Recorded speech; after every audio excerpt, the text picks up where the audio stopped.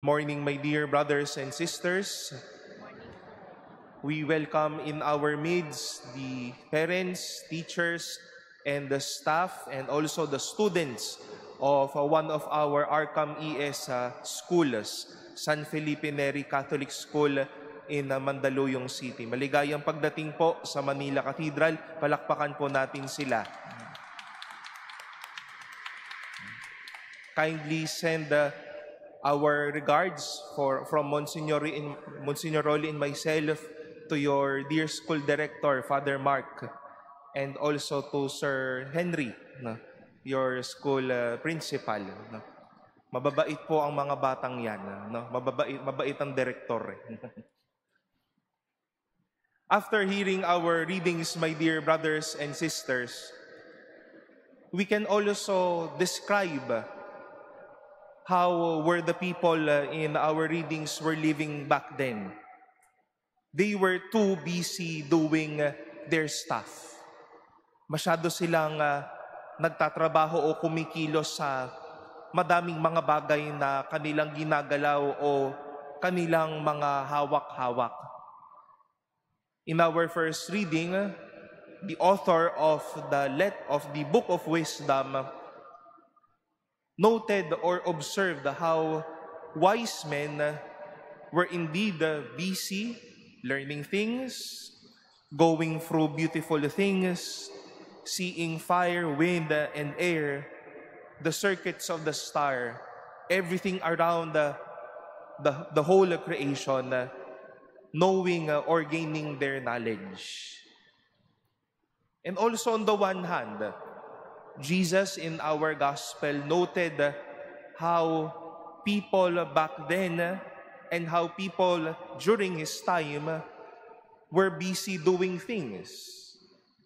Eating, drinking, marrying, giving in up for marriage, building. Pero ang mga bagay na ito ay mga bagay na pumupuno ng kanilang oras, pero may ilang mga bagay silang puno ding sa kanilang mga schedules, but are not that substantial enough.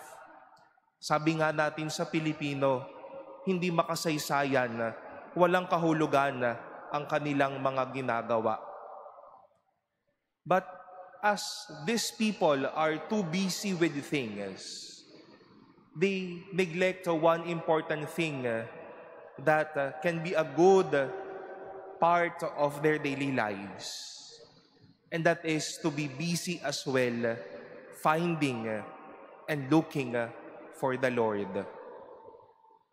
Yes, they get to see God in creation, in beautiful things, in people, but they neglected seeing God present through those creation He has made.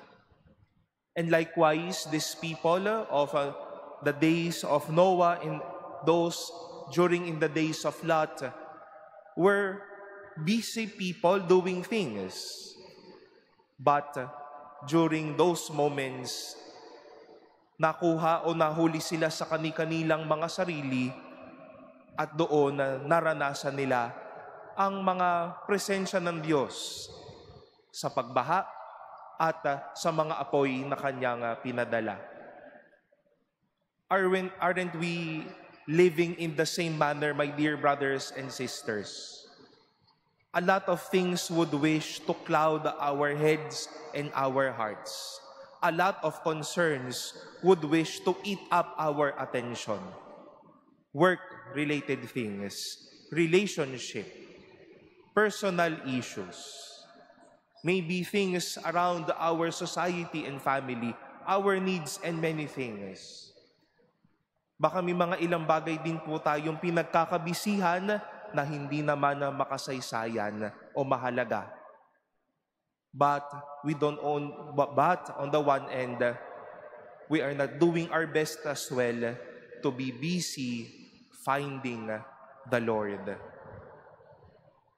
We are indeed grateful that for many of young people, even of aged people, would take time to at least in the morning and in the afternoon or in the evening with all of their requests and with all of their stuff.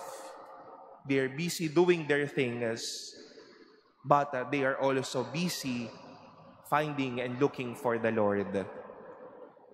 Kayong mga bata, no, alam ko sa kahit papano, kayo din ay madaming ginagawa. Baka nababawasan ng tulog dahil sa assignment, nababawasan ng bakasyon dahil sa mga activities. But also find time seeking and also finding the Lord.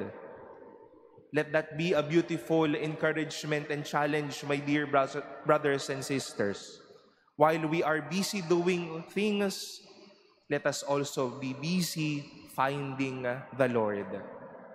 And in that encounter, let that be a reminder that God will continue to stir up us, to stir our hearts, and also remind us that from Him and through Him, we do things in grace and we do things with love.